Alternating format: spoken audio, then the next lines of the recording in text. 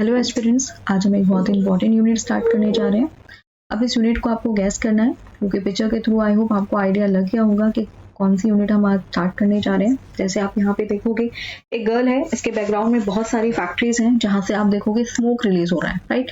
इसके अलावा जो व्हीकल्स हैं, इस व्हीकल से भी स्मोक रिड्यूस हो रहा है। इसके अलावा जो सीवेज है उसको डायरेक्टली आपका वाटर बॉडी के अंदर डंप कर दिया गया है और आपका वाटर बॉडी को पोल्यूट किया जा रहा है, राइट।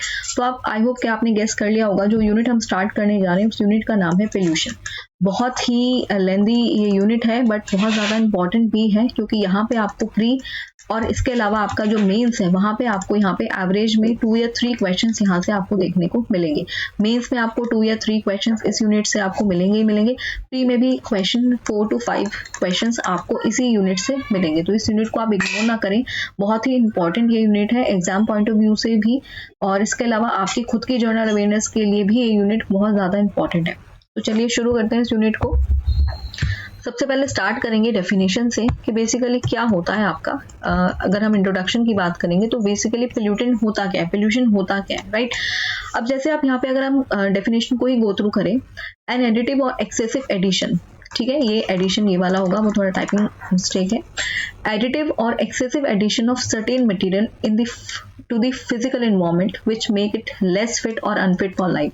बेसिकली क्या होगा, जो फिजिकल एनवायरनमेंट है हमारा, अब फिजिकल एनवायरनमेंट कैसे फॉर्म होगा। फिजिकल एनवायरनमेंट के दो इंपॉर्टेंट कंपोनेंट हैं स्टूडेंट। एक कंपोनेंट है आपका बायोटिक फैक्टर और दूसरा कंपोनेंट है आपका एबायोटिक फैक्टर, राइट।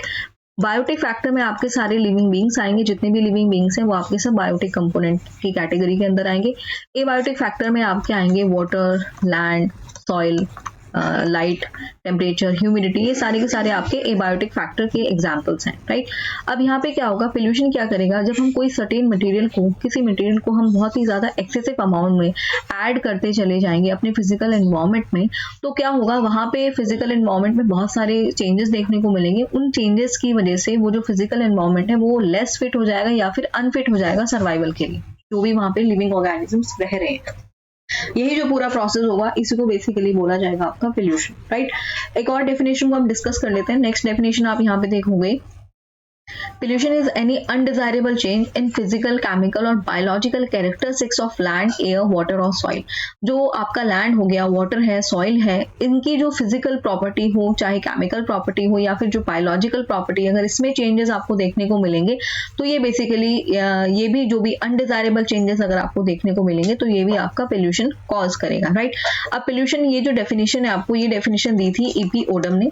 अब ईपी ओडम के द्वारा ये डेफिनेशन दी गई है। जब कभी भी आप मेंस की आंसर राइटिंग करोगे, अगर वहां पर आप इस तरह की डेफिनेशंस को कोट करोगे स्टूडेंट्स, तो आपका आंसर काफी इंप्रेसिव होगा, राइट। तो इस चीज को आपको इस तरह की डेफिनेशंस आप वहां पर कोड कर सकते हैं। आई होप कि आपको पोल्यूशन की जो डेफिनेशन है वो समझ आई होगी स्टूडेंट्स। एक बार मैं फिर से दोबारा इसको रिवाइज करा देती हूँ। पोल्यूशन बेसिकली क्या होगा, कोई भी फिजिकल एनवायरनमेंट है, अगर वहां पे कोई भी सर्टेन अमाउंट किसी एक पर्टिकुलर फैक्टर को या सर्टेन मटेरियल को अगर हम एक्सेसिव अमाउंट में ऐड करते चले जाएंगे तो वो क्या करेगा, उस फिजिकल एनवायरनमेंट को पोल्यूट करेगा, उस फिजिकल एनवायरनमेंट की जो क्वालिटी है उसको डिग्रेड करेगा, जिसकी वजह से वहां पे जो लिविंग ऑर्गेनिजम्स है उनका रहना थोड़ा सा क्या हो जाएगा, डिफिकल्ट हो जाएगा, थोड़ा सा चैलेंजिंग हो जाएगा, राइट। अब यहाँ पे जो सर्टेन मटेरियल्स है, अब इन मटेरियल्स के बारे में पढ़ते हैं कि इनको क्या कहा जाता है। उससे पहले देखते हैं स्कोप। स्कोप क्या होगा स्टूडेंट, कहाँ कहाँ पे आप पोल्यूशन कॉज कर सकते हैं, पोल्यूशन को फैला सकते हैं। जैसे आपका वाटर बॉडी है, उनको पोल्यूट किया जा सकता है, वहां पे पोल्यूशन हो सकता है, तो वाटर पोल्यूशन होगा। इसके अलावा साउंड पोल्यूशन भी है, जिसको नॉइज पोल्यूशन भी कहा जाता है। सॉइल पोल्यूशन है, thermal pollution, radioactive, e waste, air pollution and plastic pollution भी है। आज बहुत बड़ा एक चैलेंजिंग इशू है हमारे लिए, क्योंकि हम प्लास्टिक को, पोल्यूशन को हम टैकल नहीं कर पा रहे हैं। हालांकि इंडियन गवर्नमेंट ने भी 1 जुलाई 2021 से जो प्लास्टिक है उसको बैन किया है, बट फिर भी आप देखोगे बहुत सारी जगह पे अभी भी प्लास्टिक यूज की जा रही है। तो ये एक मेजर इशू है, जो कि प्लास्टिक क्या है, अब हमारे जो फूड चेन है उसके अंदर एंटर हो गया है, यानी जो लिविंग ऑर्गेनिजम्स हैं उनकी बॉडी में अब ये जो प्लास्टिक है वो आपका एंटर हो गया है, जिसकी वजह से आने वाले टाइम में बहुत सारे हेल्थ इश्यूज देखने को मिलेंगे। तो ये वो सारे एरियाज है जहाँ पे पोल्यूशन कॉज किया जा सकता है, राइट। अब यहाँ पे पोल्यूशन कॉज कौन से फैक्टर या कौन से मटेरियल करते हैं, अगर बात की जाए तो यहाँ पे आप देखोगे उनको कहा जाएगा पोल्यूटेंट। ठीक है। तो पोल्यूटेंट्स आर द मटेरियल्स और factor which cause adverse effect on the natural quality of any component of the environment. Basically क्या होगा, जो मटेरियल्स आपके या फिर फैक्टर आपके बेसिकली जो फिजिकल क्वालिटी है एनवायरनमेंट की, फिजिकल क्वालिटी कह लीजिए या उसकी जो नेचुरल क्वालिटी है उसको खराब करेंगे, वो कहलाएंगे आपके पोल्यूटेंट, और हिंदी में इसको बोलेंगे प्रदूषक। ठीक है, हिंदी में इसको बोला जाएगा प्रदूषक, और पोल्यूशन को हिंदी में बोलेंगे आपका इसको हिंदी में बोला जाएगा आपका प्रदूषण। ठीक है, हिंदी में उसको प्रदूषण बोला जाएगा, जो आपका प्रदूषण फैलाएंगे उनको बोला जाएगा प्रदूषक। अब एग्जाम्पल से आप देख सकते हो, जैसे इंडस्ट्रीज हैं आपकी, ऑटोमोबाइल्स हैं, यहाँ से जो स्मोक रिलीज हो रहा है, तो ये जो स्मोक है, ये जो मटेरियल है स्मोक जो है आपका, ये इसको बोला जाएगा पोल्यूटेंट। इसी की वजह से क्या है, आपका एयर पोल्यूशन हो रहा है, राइट। इसके अलावा फैक्ट्रीज से जो केमिकल्स रिलीज होते हैं वो भी आपका पोल्यूशन कॉज करते हैं। रेडियो एक्टिव सब्सटेंस हो गए, न्यूक्लियर प्लांट से भी जो वेस्ट आपका रिलीज हो रहा है, सीवेज है जो हमारे घर से जो सीवेज आपका रिलीज हो रहा है, प्रोड्यूस मतलब रिलीज होकर आपका वाटर बॉडी के अंदर वो डंप हो रहा है गार्बेज। तो ये जो गार्बेज डंप हो रहा है, या फिर जो केमिकल्स हैं यहाँ पे, या फिर रेडियो एक्टिव सब्सटेंसेस हैं, या फिर स्मोक है, ये सारे के सारे आपके एग्जाम्पल हैं किसके, आपके पोल्यूटेंट के, राइट। ये आपके पोल्यूटेंट के बेसिकली एग्जाम्पल्स हैं। आई होप के स्टूडेंट्स आपको समझ आया होगा कि पोल्यूटेंट क्या होता है, राइट। इसके अलावा क्लासिफिकेशन की बात की जाएगी, तो क्लासिफिकेशन में क्या है, इनको 4 पार्ट में आप देखोगे क्लासिफिकेशन, यानी इनको वर्गीकृत किया गया है। अब 4 क्या है, जैसे आप देखोगे पहला है यहाँ पे how they persist in the environment, यानी कितने लंबे समय तक ये आपके इन्वायरमेंट में रहेंगे, इनका परसिस्टेंस कैसा है, राइट। दूसरा नेचर ऑफ डिस्पोजल, यानी इनको किस तरीके से डिस्पोज किया जा सकता है। एग्जिस्टेंस कैसी है इनकी नेचर के अंदर, क्या ये ओरिजिनली ओरिजिनेट हुए हैं, ठीक है, मतलब एग्जिस्टेंस इनकी क्या होगी, ये नेचुरल है या मैनमेड है। ओरिजिन भी बेसिकली यही होगा, नेचुरल होंगे या मैनमेड होंगे। तो ये आई होप कि आपको स्टूडेंट्स ये क्लासिफिकेशन है, अब उनको जरा डिटेल में डिस्कस करते हैं क्या होता है। सबसे पहले देखें how they persist in the environment, environment में ये किस तरीके से आपका ऐड ऑन होंगे, और ऐड ऑन होने के बाद ये कितने टाइम तक आपके ये इन्वायरमेंट के अंदर आपका रहेंगे, राइट। तो इसमें 2 कैटेगरी में इनको डिवाइड किया गया है, 2 कैटेगरी में इनको डिवाइड किया गया है। पहली कैटेगरी आपकी primary pollutant. Primary pollutant basically क्या होगा, they persist in the form in which they are added to the environment, ये उसी तरीके से रहेंगे इन्वायरमेंट के अंदर जिस तरीके से आपके इन्वायरमेंट में ऐड हुए। अब जैसे यहाँ पे आप देखोगे एग्जाम्पल पे, यहाँ पे DDT दिया हुआ है, DDTA होगा, ठीक है, DDT हो गया, प्लास्टिक हो गया, कार्बन मोनोऑक्साइड हो गया, नाइट्रोजन ऑक्साइड हो गया। तो प्राइमरी पोल्यूटेंट बेसिकली क्या होगा, they are the pollutant which are passed into the environment in the form they are produced, right। जिस तरीके से ये प्रोड्यूस होंगे उसी फॉर्म में ये आपके इन्वायरमेंट में आपका रहेंगे, ठीक है। और ये थोड़ा सा लेस टॉक्सिक होते हैं as compare to the secondary pollutant, right. अब सेकेंडरी पोल्यूटेंट कैसे फॉर्म होंगे, ये बेसिकली फॉर्म होंगे जब ये इंटरेक्ट करेंगे प्राइमरी पोल्यूटेंट के साथ, तो एक नया कंपोनेंट प्रोड्यूस होगा, और वो जो नया कंपोनेंट प्रोड्यूस होगा वही आपका सेकेंडरी पोल्यूटेंट कहलाएगा। जैसे आप यहाँ पे एग्जाम्पल दे सकते हो, यहाँ पे एग्जाम्पल लिखा हुआ है परऑक्सी एसिटाइल नाइट्रेट।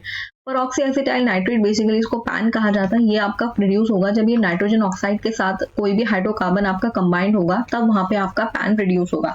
ये क्वेश्चन आपका लास्ट ईयर जो एग्जाम था प्रीलिमिनरी का, वहां पर ये क्वेश्चन आया था कि पैन किस तरीके से प्रोड्यूस होगा। तो वहां पे नाइट्रोजन ऑक्साइड और आपका हाइड्रोकार्बन एक ऑप्शन था, तो इसके साथ अगर ये कंबाइंड होगा तो आपका परऑक्सी एसिटाइल नाइट्रेट आपका प्रोड्यूस होगा, राइट। जैसे कि मैंने आपको बताया कि जो सेकेंडरी पोल्यूटेंट होंगे ये ज्यादा टॉक्सिक होते हैं, हाईली टॉक्सिक होंगे as compare to the primary pollutant, right. I hope के स्टूडेंट्स ये आपको क्लियर हुआ होगा। इसके अलावा अब आप देख सकते हो यहाँ पे प्राइमरी पोल्यूटेंट और सेकेंडरी पोल्यूटेंट के कुछ एग्जांपल्स हैं। प्राइमरी पोल्यूटेंट बेसिकली क्या होगा, ये आपके नेचर में ऑलरेडी एग्जिस्ट करते हैं, बट अगर इनकी कह सकते हो कि अगर इनकी क्वांटिटी को बढ़ा दिया जाएगा, इनकी कंसंट्रेशन को अगर बढ़ा दिया जाएगा तो ये पोल्यूशन कॉज करना शुरू कर देंगे। जैसे आप यहाँ पे एग्जांपल देखोगे, कार्बन मोनोऑक्साइड हो गया, कार्बन डाइऑक्साइड हो गया, नाइट्रोजन ऑक्साइड, ठीक है, सल्फर ऑक्साइड हो जाएगा, हाइड्रोकार्बन हो जाएंगे, सस्पेंडेड जो मोस्ट सस्पेंडेड पार्टिकल्स हो जाएंगे, ये सारे आपके प्राइमरी पोल्यूटेंट कहलाएंगे, राइट। अगर आप कार्बन डाइऑक्साइड का अगर आप एग्जांपल लेंगे स्टूडेंट्स, तो जितने भी प्लांट्स हैं आपके, वो कार्बन डाइऑक्साइड क्या करते हैं, कार्बन डाइऑक्साइड को जो हमारे एटमॉस्फेयर में कार्बन डाइऑक्साइड उसका परसेंटेज बहुत कम है, लेकिन अब जो हम लार्ज स्केल पर ये ट्रीज को हम कट कर रहे हैं तो कार्बन डाइऑक्साइड का कंसंट्रेशन बढ़ता जा रहा है, जिसकी वजह से बहुत सारे इश्यूज हम फेस कर रहे हैं, ग्लोबल वार्मिंग हम फेस कर रहे हैं, ठीक है।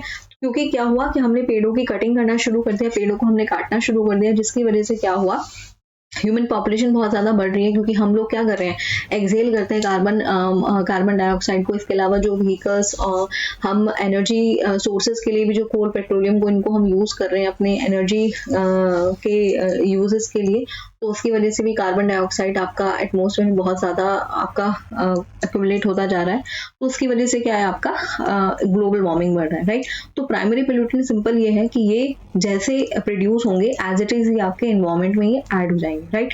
अगर हम सेकेंडरी पोल्यूटेंट की बात करेंगे तो ये क्या होगा, ये आपके जो प्राइमरी पोल्यूटेंट है उनके साथ कोई दूसरा कंपोनेंट जब रिएक्ट करेगा और एक नया कंपोनेंट बना लेगा, और वो जो नया कंपोनेंट बनेगा वो बहुत ज्यादा स्टेबल होगा और लंबे समय तक वो एनवायरमेंट में रहेगा, प्लस वो हाईली टॉक्सिक होगा, तो वो कहलाएगा आपका सेकेंडरी पोल्यूटेंट। एग्जांपल के लिए आप यहाँ पे देख सकते हो, यहाँ पे दिया हुआ है sulphur trioxide, nitric acid, sulphuric acid, pan हो जाएगा, ठीक है, नाइट्राइट्स हो जाएंगे और आपके सल्फर ऑक्साइड के सॉल्ट्स हो जाएंगे, सारे के सारे आपके एग्जांपल्स हैं सेकेंडरी पोल्यूटेंट।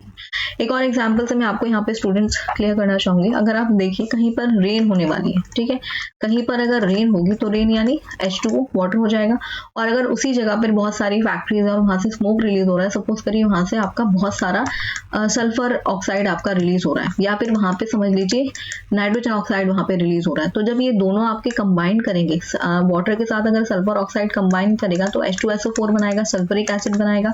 अगर वाटर नाइट्रोजन ऑक्साइड के साथ कंबाइन होगा तो HNO3 बनाएगा यानी नाइट्रिक एसिड बनाएगा, और इन दोनों केस में क्या होगा आपका एसिड रेन, यानी जो आपने देखा होगा ओलो वाली जो बारिश होती है वो क्या है, वो सारा जो एसिड रेन आपको मिलेगा वो इसी वजह से मिलेगा, ठीक है। तो एसिड रेन, ये जो सल्फरिक एसिड बना है, सल्फरिक एसिड जो फॉर्म हुआ है या फिर HNO3 जो फॉर्म हुआ है, ये क्या है, ये आपका सेकेंडरी पोल्यूटेंट है, ठीक है। ये आपका सेकेंडरी पोल्यूटेंट आपका इस तरीके से फॉर्म होगा। जैसे आप यहाँ पे देख सकते हो, जो ये व्हीकल है, जो आपकी कार है, यहाँ से जो स्मोक प्रोड्यूस हो रहा है, तो स्मोक अगर प्रोड्यूस होगा तो क्या होगा, वहां से कार्बन मोनोऑक्साइड प्रोड्यूस होगी, ठीक है। इसके अलावा ये वोल्केनो है, वोल्केनो से भी क्या होता है आपका, वोल्केनो से बहुत सारी चीजें रिलीज होंगी, जैसे अब डस्ट पार्टिकल्स यहाँ से रिलीज होंगे, वाटर वेपर यहाँ से रिलीज होंगे, एरोसोल्स यहाँ से रिलीज होंगे, सल्फर ऑक्साइड यहाँ से रिलीज होगी, नाइट्रोजन ऑक्साइड यहाँ से रिलीज होंगी। तो ये सारे के सारे ऑक्साइड्स क्या है, these are the examples of primary pollutant, right. इसके अलावा फैक्ट्री से स्मोक रिलीज हो रहा है, कार्बन डाइऑक्साइड कह लीजिए वहां से रिलीज हो रहे हैं, कार्बन मोनोऑक्साइड होगा, नाइट्रोजन ऑक्साइड होगा, ये सब क्या होगा, ये सारे के सारे एग्जांपल्स आपके प्राइमरी पोल्यूटेंट के। और अब ये किसी और कंपाउंड के साथ या किसी और एलिमेंट के साथ जब ये रिएक्ट करेंगे तो उसके बाद क्या हो जाएगा, यहाँ पे आपका प्रोड्यूस होगा सेकेंडरी पोल्यूटेंट। आई होप कि आपको स्टूडेंट क्लियर हुआ होगा। नेक्स्ट, इनका एग्जिस्टेंस नेचर में दो तरीके से एग्जिस्ट करेंगे, एक होगा आपका क्वांटिटेटिव पोल्यूटेंट, दूसरा आपका होगा क्वालिटेटिव पोल्यूटेंट। अगर क्वांटिटेटिव पोल्यूटेंट की बात करेंगे, दे अकर इन नेचर, ये ऑलरेडी आपके नेचर में है। ये पोल्यूटेंट आपके तब बनेंगे जब इनका कंसंट्रेशन बहुत ज्यादा बढ़ जाएगा। अगर एक लिमिट के बाद इनका कंसंट्रेशन बढ़ता चला जाएगा तब आपका ये पोल्यूटेंट का रूप ले लेंगे, तभी आपका पोल्यूशन कॉज करेंगे। एग्जांपल यहाँ पे जैसे आप देख सकते हो, कार्बन डाइऑक्साइड है, दूसरा आपका नाइट्रोजन ऑक्साइड। अब आप देखोगे, जैसे मैंने बताया कि सिंपली अगर ट्रीज होंगे, अगर हम बहुत ज्यादा हमारे पास ट्रीज होंगे तो जो इकोलॉजिकल बैलेंस है नेचर का वो मेंटेन रहेगा। अगर हम ट्रीज को कट करते चले जाएंगे तो क्या होगा, जो कार्बन डाइऑक्साइड है वो आपका प्रोड्यूस होना शुरू, वो बहुत ज्यादा उसका कंसंट्रेशन एटमॉस्फेयर में बढ़ जाएगा। अब यहाँ पे आप देखो, अगर हमने ट्रीज को कट कर दिया और इसके अलावा हमने फैक्ट्रीज हम चला रहे हैं, ठीक है, व्हीकल्स हम यूज कर रहे हैं, वहां से कार्बन डाइऑक्साइड प्रोड्यूस हो रही है, तो इस कार्बन डाइऑक्साइड को यूज कौन करेगा, प्लांट्स आपका कार्बन डाइऑक्साइड को यूज करते हैं फोटोसिंथेसिस के प्रोसेस में, राइट। और उसके बदले में वो क्या करते हैं, ऑक्सीजन को एक्सहेल करते हैं, और उसी ऑक्सीजन को हम लोग इनहेल करते हैं, और हम ह्यूमन बींग भी क्या करते हैं, कार्बन डाइऑक्साइड एक्सहेल करते हैं। तो एटमॉस्फेयर में बहुत सारी कार्बन डाइऑक्साइड का कंसंट्रेशन बढ़ जाएगा। ये कंसंट्रेशन बढ़ रहा है, ये उसको मेंटेन करने के लिए लेवल को बहुत सारे पेड़ों का होना बहुत ज्यादा जरूरी है, ग्रीनरी होना बहुत ज्यादा जरूरी है। अगर ग्रीनरी नहीं होगी तो जो कार्बन डाइऑक्साइड है उसका कंसंट्रेशन बढ़ रहा है, और बढ़ने की वजह से क्या है, ग्लोबल वार्मिंग जैसे मेजर इशू आज हम लोग फेस कर रहे हैं, ठीक है। तो क्वांटिटेटिव पोल्यूटेंट बेसिकली क्या होगा, ये आपके नेचर में ऑलरेडी है, बट अगर इनका लेवल बढ़ा दिया जाएगा, इनका कंसंट्रेशन अगर बढ़ा दिया जाएगा तो ये आपका पोल्यूशन कॉज करेंगे, राइट। क्वालिटेटिव पोल्यूटेंट की अगर हम बात करेंगे तो ये नेचर में नहीं है, ये मैनमेड है, और जब इनका कंसंट्रेशन बढ़ाया जाएगा तो ये आपका पोल्यूटेंट कॉज करेंगे, ठीक है। अब ये बेसिकली क्या होगा, क्वालिटेटिव पोल्यूटेंट में अगर हम एग्जांपल देखेंगे तो आपका जितना भी फंगिसाइड्स हो गए, हर्बिसाइड्स हो गए, ठीक है, डीडीटी हो गया, नाइट्रोजन के ये एक्स जो नंबर है यहाँ पे नंबर ऑफ मॉलिक्यूल्स यहाँ पे रिप्रेजेंट कर रहा है, ठीक है। तो नंबर ऑफ मॉलिक्यूल्स के बेसिस पे बहुत सारे फॉर्म होंगे, जैसे N2O होगा, नाइट्रोजन ऑक्साइड उसको कहा जाएगा। अगर एक्स की जगह पे 3 हो जाएगा तो नाइट्रोजन ट्राइऑक्साइड हो जाएगा, ठीक है। सल्फर ऑक्साइड हो गया, कार्बन मोनोऑक्साइड हो गया। These are the examples of qualitative pollutant. और qualitative pollutants are more toxic than compare to the quantitative pollutant. I hope के स्टूडेंट्स ये चीज क्लियर हो गई होगी। चलिए अब आगे मूव करते हैं। ये जो आपके एग्जाम्पल्स हैं प्राइमरी पोल्यूटेंट के और सेकेंडरी पोल्यूटेंट के, इनको अच्छे से आप नोट डाउन कर लीजिएगा। एग्जाम में यहाँ से क्वेश्चन पूछा गया है तो हो सकता है अपकमिंग एग्जाम्स में भी पूछा जाए, ठीक है। आगे नेचर ऑफ डिस्पोजल की बात करेंगे। अगर नेचर ऑफ डिस्पोजल में इनको दो कैटेगरी में आपका फर्दर डिवाइड किया गया है। पहली कैटेगरी होगी आपकी biodegradable pollutant. Biodegradable pollutant basically वो वेस्ट है जिनको जो माइक्रो ऑर्गेनिजम्स हैं या फिर माइक्रोबियल एक्शन के थ्रू उनको डिग्रेड किया जा सकता है, उनको कंप्लीटली कॉम्प्लेक्स फॉर्म से सिंपल फॉर्म में उनको कन्वर्ट किया जाएगा। उसके बाद एक टाइम बाद क्या हो जाएंगे, ये कंप्लीटली डिकम्पोज हो जाएंगे। जैसे आपका घर का डोमेस्टिक सीवेज है, वो क्या है, वो आपका बायोडिग्रेडेबल पोल्यूटेंट का ही वो एक तरीके से आप एग्जाम्पल समझ लीजिए, राइट। दूसरा है आपका non biodegradable pollutant. Non biodegradable pollutant basically क्या होंगे, ये पोल्यूटेंट आपके जो माइक्रोबियल एक्शंस हैं, ठीक है, उनके थ्रू ये आपका डिकम्पोज नहीं होंगे। जैसे आप एग्जांपल यहाँ पे लोगे, प्लास्टिक हो जाएगा, सॉल्ट्स ऑफ हैवी मेटल्स हो जाएंगे, ग्लास हो जाएगा और आपका डीडीटी हो जाएगा, राइट। तो ये जो एलिमेंट्स हैं आपके, ये आपके बेसिकली क्या होंगे, ये जो पोल्यूटेंट्स हैं आपके, ये आपके नॉन बायोडिग्रेडेबल कैटेगरी में आएंगे, ठीक है। आगे आप यहाँ पे देखोगे बायोडिग्रेडेबल और नॉन बायोडिग्रेडेबल का ये जो टेबल है ये भी बहुत इंपॉर्टेंट है, इसको भी आप याद रखिएगा। सबसे पहले क्या होगा, अगर हम बायोडिग्रेडेबल वेस्ट की बात करेंगे तो these can be broken down into simple non poisonous substance by the action of micro organisms in nature. अब हमारे नेचर में बहुत सारे माइक्रो ऑर्गेनिजम्स हैं जो क्या करते हैं, जो भी वेस्ट प्रोड्यूस होता है उसको डिकम्पोज करते हैं, राइट। इन माइक्रो ऑर्गेनिजम्स को students cleanser of the environment भी कहा जाता है, क्योंकि ये हमारे इन्वायरमेंट की एक तरीके से सफाई करते रहते हैं। अगर ये नहीं होंगे तो आप सोचिए बहुत ज्यादा डिजीज, बहुत ज्यादा वायरस और बहुत ज्यादा माइक्रोब, ये सारे के सारे प्रोड्यूस होना शुरू हो जाएंगे और इसकी वजह से क्या होगा, ह्यूमन हेल्थ और जो दूसरी लिविंग क्रिएचर्स हैं उनके ऊपर बहुत ज्यादा नेगेटिव इम्पैक्ट पड़ेगा, राइट। तो बायोडिग्रेडेबल वेस्ट वो होगा जो आपका एक तरीके से नॉन पॉइजनस सब्सटेंस है, राइट, और जो माइक्रो ऑर्गेनिजम्स हमारे नेचर में प्रेजेंट है वो इनको कंप्लीटली डिकम्पोज कर देते हैं। इसके लिए क्या होगा, नेक्स्ट अगर हम नॉन बायोडिग्रेडेबल वेस्ट की बात करेंगे तो ये आपके क्या होंगे, ना तो इनको सिंपल सब्सटेंसेस में इनको ब्रोक डाउन किया जा सकता है और ये भी आपके थोड़ा सा नॉन पॉइजनस सब्सटेंस होंगे, बट जो माइक्रो ऑर्गेनिजम्स हैं वो इसको क्या करेंगे, ब्रेक डाउन नहीं कर सकते हैं, राइट। बायोडिग्रेडेबल वेस्ट जो है आपका नेचुरली रिसाइकिल हो जाता है, ठीक है, और ये आपके एनवायरमेंट को ज्यादा पोल्यूट नहीं करेंगे। On the other hand non biodegradable waste आपका रिसाइकिल नहीं होता, इसके अलावा ये आपके ये एनवायरमेंटल पोल्यूशन कॉज करते हैं, राइट। आपके जो बायोडिग्रेडेबल वेस्ट होगा, इनका जो अगर हम इंग्रेडिएंट की बात करेंगे तो ये नेचुरल होगा। जैसे आप देखोगे जो आपका वेजिटेबल पील्स हो गए, ठीक है, ये क्या है, ये आपके एग्जांपल है बायोडिग्रेडेबल वेस्ट के। वहीं पर अगर नॉन बायोडिग्रेडेबल वेस्ट की बात की जाएगी तो यहाँ पे जो सिंथेटिक मटेरियल्स हो जाएंगे, ठीक है, जैसे आपका प्लास्टिक के पॉलीमर्स हो जाएंगे, ये क्या है, पॉलीमर्स ऑफ द प्लास्टिक, ये आपका नॉन बायोडिग्रेडेबल वेस्ट होगा, राइट स्टूडेंट। इसके बाद जो आपका बायोडिग्रेडेबल वेस्ट है ये आपका एक यूजफुल प्रोडक्ट में आपका कन्वर्ट हो जाता है जब बायोडिग्रेडेशन का प्रोसेस हो जाएगा। जैसे आप देखोगे काउडंग वेस्ट है, जब वो बायोडिग्रेड हो जाता है तो उसके बाद क्या होगा, वो मैन्योर में कन्वर्ट हो जाता है और मैन्योर को आप एग्रीकल्चर फील्ड में डालेंगे तो वो जो लैंड है उसकी फर्टिलिटी को एनहांस करेगा, राइट। वहीं पर जो आपका नॉन बायोडिग्रेडेबल वेस्ट है they remain unchanged chemically as they are non biodegradable. इनमें कोई भी चेंजेस नहीं होते हैं क्योंकि जो माइक्रो ऑर्गेनिजम्स हैं वो इसको डिकम्पोज नहीं कर पाते हैं, राइट। बायोडिग्रेडेबल वेस्ट आपका कोई भी इकोलॉजिकल डिस्टर्बेंस क्रिएट नहीं करेगा, बट जो नॉन बायोडिग्रेडेबल वेस्ट है मोस्ट ऑफ द टाइम ये आपका इकोलॉजिकल इम्बैलेंस क्रिएट करेंगे, राइट। इसके अलावा जो बायोडिग्रेडेबल वेस्ट है वो कुछ टाइम के लिए आपके एनवायरमेंट में होंगे, एक टाइम बाद ये डिकम्पोज होकर खत्म हो जाएंगे, बट जो नॉन बायोडिग्रेडेबल वेस्ट है वो आपका उनका जो परसिस्टेंस है वो बहुत ज्यादा है और ये इजीली आपका खत्म नहीं होंगे, राइट। इसके अलावा अगर हम एग्जाम्पल की बात करेंगे तो यहाँ पे अगर हम एग्जाम्पल लें स्टूडेंट, जैसे आप यहाँ पे देख सकते हो पेपर है आपका, काउडंग हो गया, वुड क्रम्बल हो गया, ये आपका बायोडिग्रेडेबल वेस्ट है। और वहीं पर अगर हम नॉन बायोडिग्रेडेबल वेस्ट की बात करेंगे तो यहाँ पे जो आपके प्लास्टिक बैग्स हो जाएंगे, सिंथेटिक फाइबर्स होंगे, केन्स जो आप पेप्सी कोक इन सब की जो आप वो एल्युमिनियम केन्स आप जो देखोगे वो आपका नॉन बायोडिग्रेडेबल वेस्ट है, ठीक है। तो आई होप कि आपको स्टूडेंट दोनों में क्लियर डिफरेंस समझ आ गया होगा कि डिफरेंस क्या है, ठीक है। आगे मूव करते हैं। नेक्स्ट है इनके ओरिजिन की बेस पर। ओरिजिन की बेस पर ये आपको दो तरीके से मिलेंगे, एक होगा आपका नेचुरल और दूसरा होगा आपका मैनमेड। नेचुरल में जैसे आप देख सकते हो एग्जांपल है यहाँ पे लाइटनिंग होगा, वोल्केनिक इरप्शन होगा, फॉरेस्ट फायर भी होगा आपका एग्जांपल, ठीक है। फॉरेस्ट फायर भी आपका नेचुरल ही है, ठीक है। तो इस तरह के जब भी जो नेचुरली जो पोल्यूटेंट आपके रिलीज होंगे एनवायरमेंट के अंदर तो ये इनका नेचुरली तरीके से होंगे, ठीक है, प्राकृतिक रूप से जो आपके एनवायरमेंट में ऐड होंगे। दूसरा आपका मैनमेड में जैसे आप देख सकते हो डीडीटी, प्लास्टिक हो जाएगा, ठीक है, बहुत सारे ऐसे एरोसोल्स होंगे, राइट, ये सारे क्या है, ये आपके मैनमेड होंगे। जैसे आप यहाँ पे देख सकते हो फॉरेस्ट फायर, जब भी कहीं पे जो भी आपका, क्योंकि वुड है, वुड के अंदर क्या है, कार्बन है, कार्बन कंटेंट है, और जब भी कार्बन आपका ऑक्सीजन के साथ रिएक्ट करेगा तो उस केस में आपका कार्बन डाइऑक्साइड प्रोड्यूस होगी या फिर आपका कार्बन मोनोऑक्साइड प्रोड्यूस होगी। तो ये जो कार्बन डाइऑक्साइड है या फिर जो ये कार्बन मोनोऑक्साइड है, ये आपके एटमॉस्फेयर में अक्यूमुलेट होगी, एटमॉस्फेयर में ऐड ऑन होगी, जिसकी वजह से क्या होगा, ग्लोबल वार्मिंग होगी और आपका जो एयर पोल्यूशन कॉज होगा।